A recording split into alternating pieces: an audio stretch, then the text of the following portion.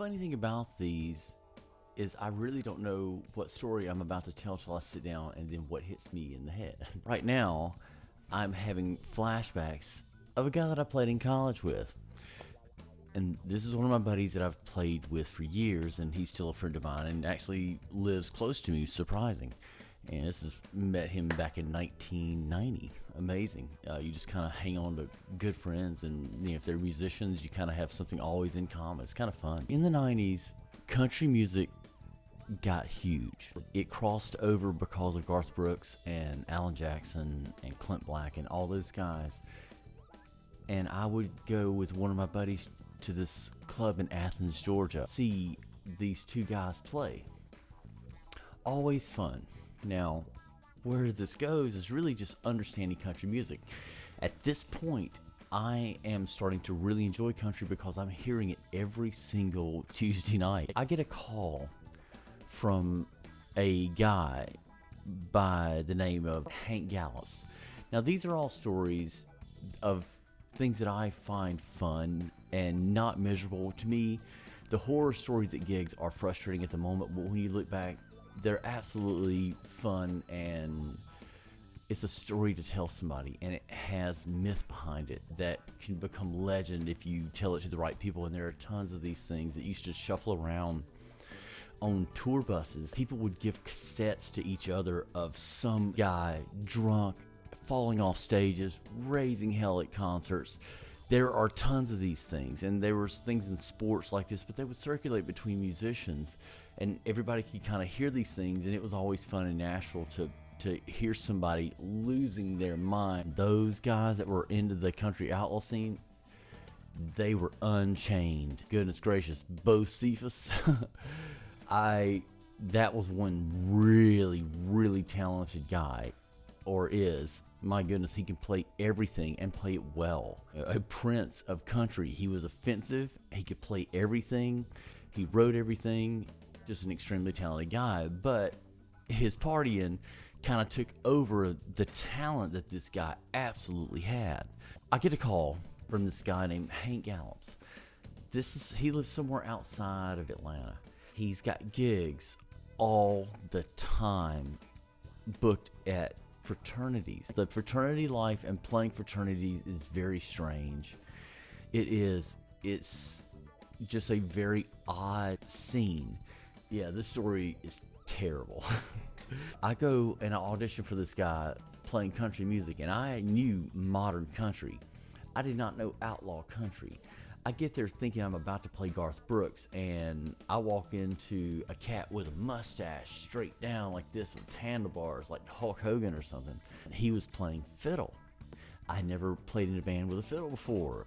So that was a very unique experience for me to get used to that and how he does it. But he had an extremely unique experience that a friend of mine reminded me of the other day.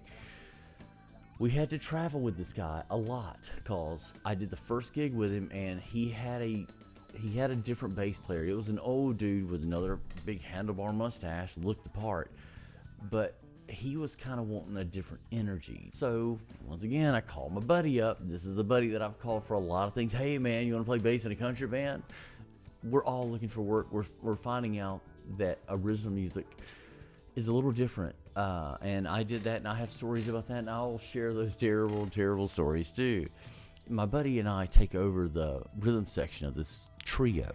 We travel in this crazy old 1972 pickup truck, side by side, all three guys stacked in there for 4 to 5 hours of a drive to Tuscaloosa, Alabama, or to Auburn, Alabama, or to somewhere in Valdosta, or somewhere in Tennessee. You don't know. You hop in and you go. It's part of that working musician life that I was kind of learning all about and just training myself for new songs. We get to Auburn, Alabama. My man Hank get to these fraternities and all these different places. We set up this crazy rig. He has come up and built his own speaker cabinet boxes that have these whole things built in. Built some kind of crazy bar. It was a pretty neat engineering feat that he did because he made it to fit any stage. We had to put this thing together every single time. Now I'm learning that, you don't just set up your drums and people walk in and start miking stuff up at like a club. If you're out doing these things, a lot of times you have to bring your own PA. This is a topic of going to be a lot of worst gig videos ever, is having to deal with your own PA. It got to the point where I did love it later on when you just say, screw it, you hire the people to do the work. They come in, they do everything, you set your drums up and you split, and you take your drums down and you split. Oh, it's so much better, worth the money. It is, just because PA is a nightmare. So this one time we're in Auburn, Alabama. We show up, we play the show, the place, the boys that we would play for, the girls, they just wanted to party and they really didn't care, but Hank knew all the songs that these fraternity cats wanted to sing. He brought out the fiddle and they lost their mind. This is just how it worked. So my buddy and I are playing this one gig. We're just hanging out, we're grooving, it is loud. We're playing in a concrete vault in these party rooms. There is beer being thrown against the walls, and that's how it just is. This is how people act at parties at these things, because they know they can bust the stuff. It makes them happy.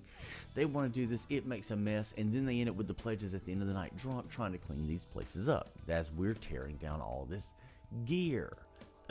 All that PA stuff. Hated that stuff. Then we would, goodness gracious. So we did that. We're playing this one night. We're rocking it out. He's going into Devil Went Down to Georgia, and he's sawing on that fiddle like it's something out of, I don't know, some kind of scene of Deliverance. He's just throwing down with this thing, and the people are losing their minds. All of a sudden, one of these frat dudes decides to pick one of his brothers up over his head and slam him onto the ground. This gets a reaction from everyone. We're loud.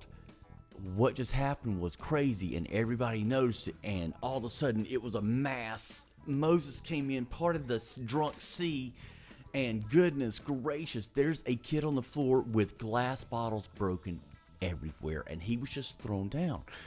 We're freaking out.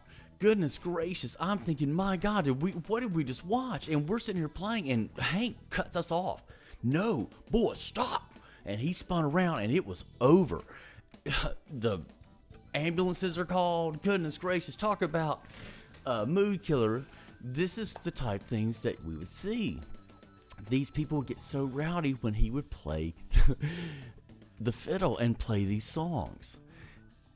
They would lose their minds. He would have to deal with all this, and the kids loved him, and he would appease them and tell them things, and I didn't really feel this. I wasn't having too much to do with this. So me and my buddy would just kind of split. We'd hit the cooler and we'd walk outside. I don't want to deal with all this craziness.